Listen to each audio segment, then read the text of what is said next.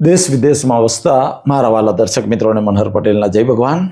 મિત્રો, ચોમાસાની સિઝન શરૂ થઈ ગઈ છે ને 4 મહિના આપણે સાચવવાનું છે, કારણ કે ચોમાસાની ઋતુ એટલે રોગોની રાણી. નવું પાણી આવે, એ પાણીની સાથે બેક્ટેરિયા હોય, વાયરસ હોય, એટલે પાણીજન્ય રોગો, કમળો છે, કોલેરા છે, ડાયેરિયા છે, આ રોગો થવાની શક્યતા વધી જાય છે. એની સાથે સાથે ચોમાસાની અંદર હંમેશા તાજો ગરમ ખોરાક ખાવાનું રાખવું, કારણ કે ચાલુ વરસાદ હોય ને એટલે આપણને યાદ આવે ચા અને ઉના ભજીયા. ચા અને ભજીયા ગરમ ગરમ ખાવાના, અને ચા ને ભજીયા જો ગરમ ગરમ યાદ ના આવે તો એ ગુજરાતી ના કહેવાય યાર. ગુજરાતીને કોઠે પડી ગયું છે આ. વાંધો નહીં મિત્રો, ખવાય, પણ એની સાથે સાથે આપણે લંચ અને ડિનરમાં જે ભોજન લઈએ છીએ એ ભોજન પણ ગરમ જ ભોજન લેવાનો આગ્રહ રાખો.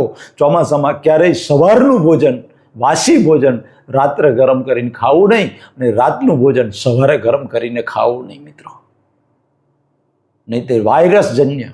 કારણ કે વાસી ખોરાકની અંદર ફૂગ ડેવલપ થાય છે, એટલે ફંગીસાઇડના જે રોગો છે એ રોગો આપણને થશે.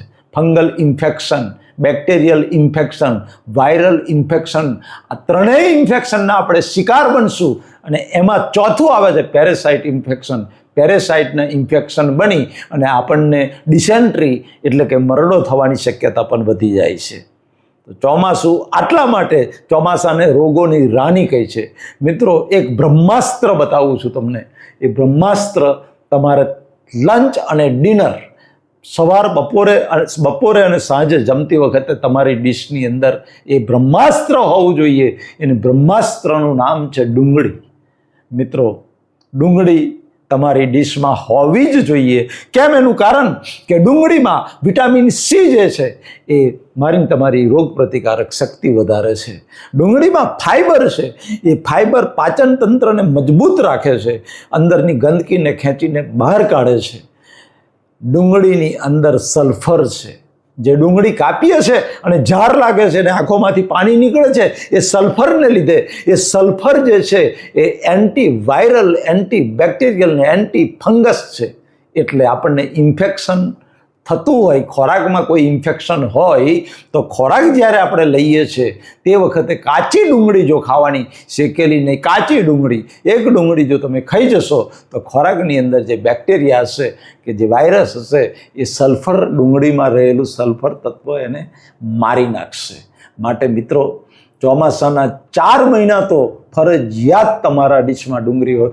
ઘણા કે યાર ડુંગળું શું ખાવાનું, કે હાલું ગંધાય છે, કે ઘણા બીજી રીતે કે અમે તો ડુંગળી ખાતા જ નહીં. એટલે 60 થયો યાર, 60 થયો, રોજ ડુંગળી ખાઉં છું, રોજ ડુંગળી ખાઉં છું.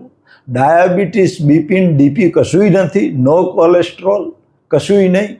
આજે એક હળીએ પાવાગઢ ચડી જાઉં છું યાર, 60ની ઉંમરે. આજે હું ડુંગળી ખાઉં છું યાર.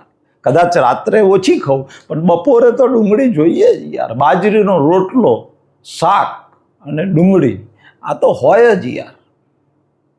એ જે મજા છે ખાવાની યાર, 56 ભોગને ભૂલી જાઉં, ગુલાબજાંબુન ભૂલી જાઉં, ચોકલેટ બરફીને ભૂલી જાઉં. રોટલો, ડુંગળી, શાક અને છાશ સાહેબ કે દહીં કે એક વખત ખાઈ જવો યાર. આખા બ્રહ્માંડનો સ્વાદ એની અંદર આવી જાય છે, અને બીજું ખાવાનું નહીં થાય યાર. માટે ખાસ ધ્યાનમાં રાખો, આ ડુંગળી એ ચોમાસાનું અમૃત છે. અને તમારા લંચ અને ડિનર બંનેમાં કાચી ડુંગળીનો સમાવેશ કરો, જેનાથી ચોમાસાની અંદર પાણીજન્ય અને ખોરાકજન્ય રોગોથી આપણે બચી શકીએ. માટે ડુંગળી ખાજો.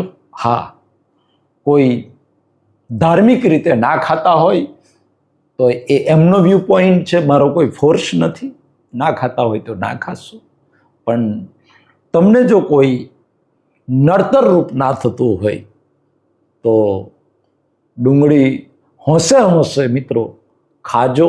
બંને ટાઈમ સારા નરવા રહેજો, તાજા માજા રહેજો, નિરોગી રહેજો. પરમપિતા પરમાત્મા બધા જ મારા વાલા દર્શકોને લાંબુ નિરોગી આયુષ્ય આપે હૃદયથી પ્રાર્થના. મનહર પટેલના જય ભારત, જય હિન્દ, જય ગુજરાત.